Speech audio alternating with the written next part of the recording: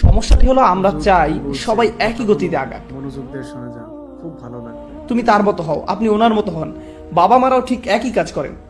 একজন যখন আরেকজনের চেয়ে একটু ভালো করে, তুমি কেন তোমার বোনের মতো হলে না? তারা একই নয়, এক একজন তার নিজের পথে। আপনি আল্লাহকে বলছেন পথ মিলিয়ে দিতে, আপনি মানুষকে পথ একত্র করার দিকে ডাকছেন, গন্তব্যের দিকে নয়। আল্লাহ পাক আমাদের শুধু পথে আসতে বলছেন, পথের এই যাত্রা উপভোগ করতে বলেছেন। অনেক মানুষ আমার কাছে এসে বলে, আমি কিভাবে আরবি দ্রুত শিখতে পারি, কিভাবে আমি পুরো কোরআন একেবারে শেষ করে ফেলতে পারি।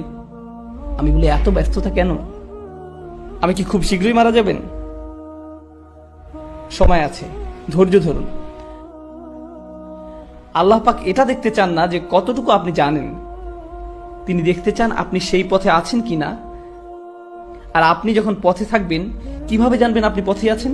আশেপাশের দৃশ্যপট বদলায় পথে, তাই না? বদলায় যখন আপনার অগ্রগতি হয়। আল্লাহ পাক শুধু এটাই চান যে আপনি আগাচ্ছেন কিনা। তিনি শুধুই অগ্রগতি চান, পরিপূর্ণতা নয়। ওটা আশেপাশের মানুষ চায় আপনার কাছ থেকে, আল্লাহ পাক তা চান না।